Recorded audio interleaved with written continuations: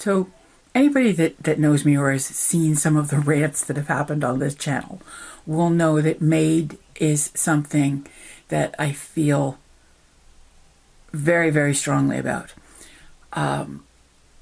And I believe that a death with dignity is everyone's right. And I don't believe that Maid affords that to anyone. And I received an email from the Seniors for Social Action in Ontario on March the 11th that the information that it contained in its editorial made me feel even more justified in that belief. And I'd like to share it with you. And I would really like to hear what you think in the comments, and that maybe we can get some kind of a discussion going on it to see how overall we could maybe make it better. So the editorial is Maid as a cost-cutting alternative to funding in-home, community, and palliative care. On February 12th, 2024, Newsweek did a remarkable thing. It published a piece by a respected journalist about Canada's cruelty to its elders and citizens with disabilities. That cruelty is taking the form of medical assistance in dying as an alternative to providing comprehensive health care to the end of someone's natural life, as a cost-cutting measure. The author had this to say: a confession. Initially, I welcomed the idea of assisted dying, believing it could be a humane choice for those at the late stages of irreversible illnesses to make choices on their own behalf.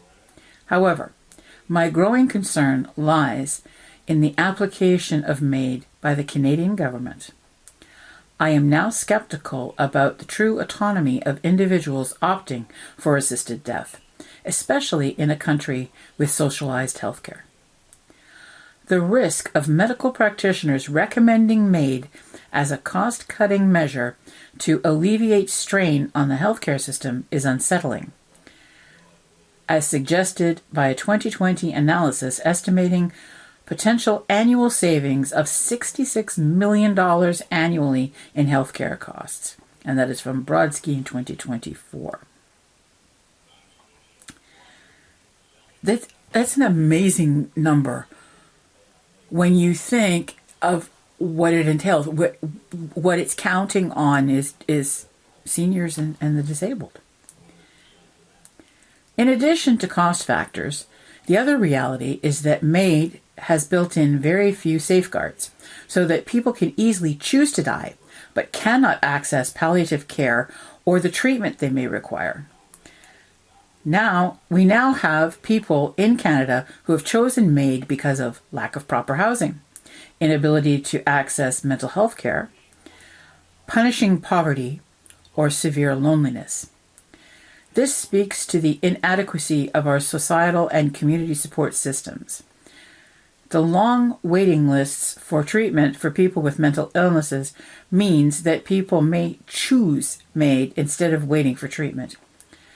Sean, now I'm going to say this wrong, but Krausert, Executive Director of the Canadian Association for Suicide Prevention, argues that, and this is him speaking, ending the life of someone with complex mental health problems is simpler and likely much less expensive than offering outstanding ongoing care. This creates a perverse incentive for the healthcare system to encourage the use of Maid at the expense of providing adequate resources to patients, and that outcome is unacceptable. It is Urbach 2022 A13.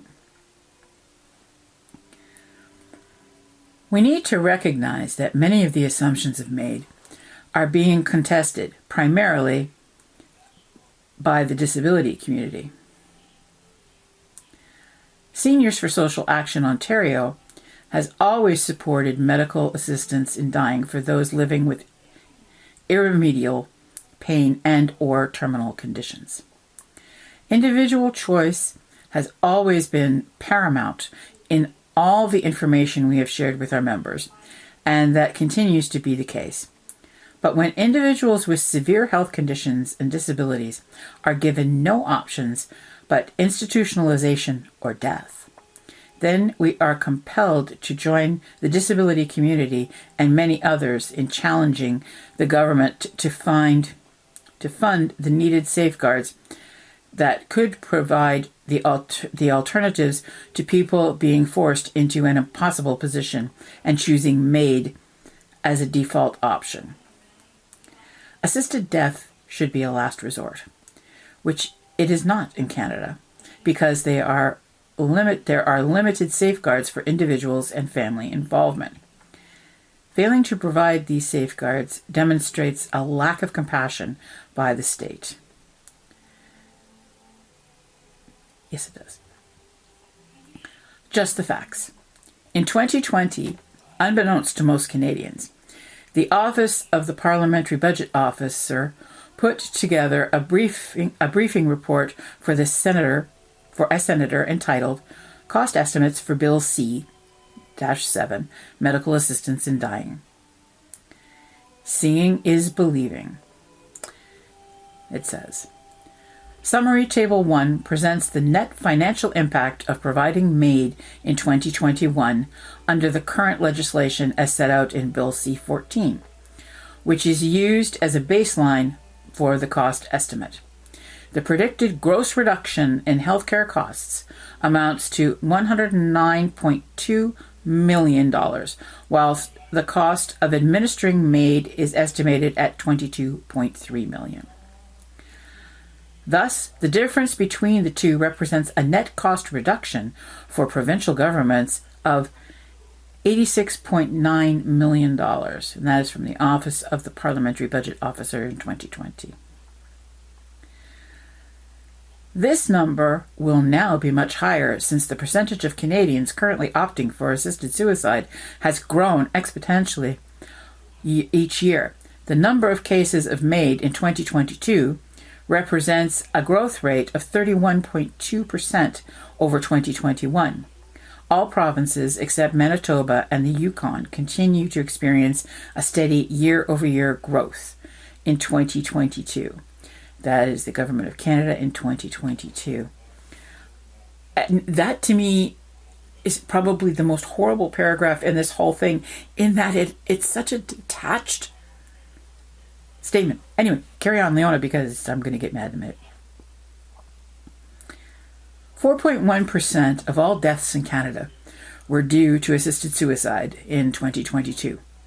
We do not yet know what that percentage has climbed to in the past year.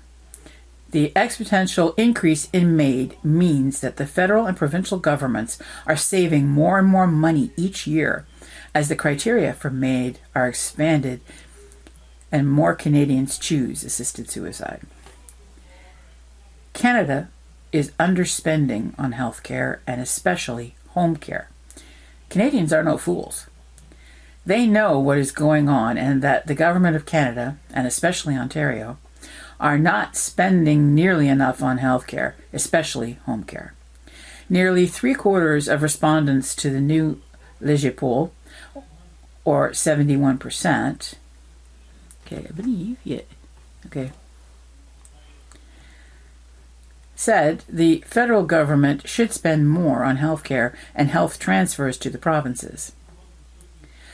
A 2020 Queen's University report tells the story. The 1.3% of GDP Canada now allocates to LTC, long-term care, falls well short of the OECD, see how these acronyms here, they come again, average of 1.7%. Worse, our spending relative to GDP has barely increased despite the surge in the number of seniors. Worse still, the measly 0.2% of GDP Canada spent on home care is one of the lowest allocations to home care in the OECD. And the conclusion is inescapable. In examining these numbers, the picture becomes clearer. It is undeniable that Canada is not investing in its elder population as other developed countries are doing. Palliative care, and especially hospice residences, are poorly funded and rely almost totally on community fundraising. Home care funding is totally inadequate, with thousands on waiting lists for nursing homes because they cannot access it. Meantime, Canada is expanding Maid. For 4 years now, Seniors with Social Action has encountered nothing but resistance from both the federal and provincial governments in its attempts to get them to adopt more innovative and humane approaches to funding programs and services to support aging in place for elders. Neither government has shown any interest in helping elders who need care to obtain these services in their own homes and communities, or to provide direct funding so that they can organize their own care. It is now patently obvious that ignoring the voices of elders across Canada, that they do not want to enter institutions in, is state-sponsored ageism. Okay, we'll try that again. It is now patently obvious that ignoring the voices of elders across Canada, that they do not want to enter institutions, is state-sponsored ageism.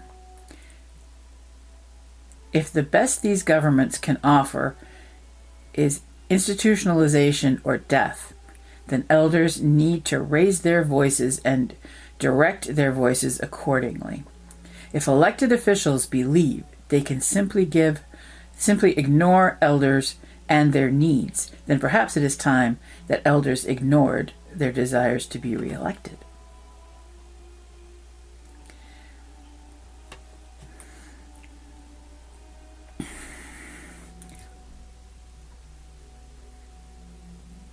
I'd like to have a discussion on what you think about what was said there.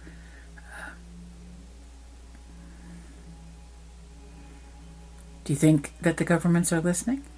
Do you think that Maid needs to be expanded?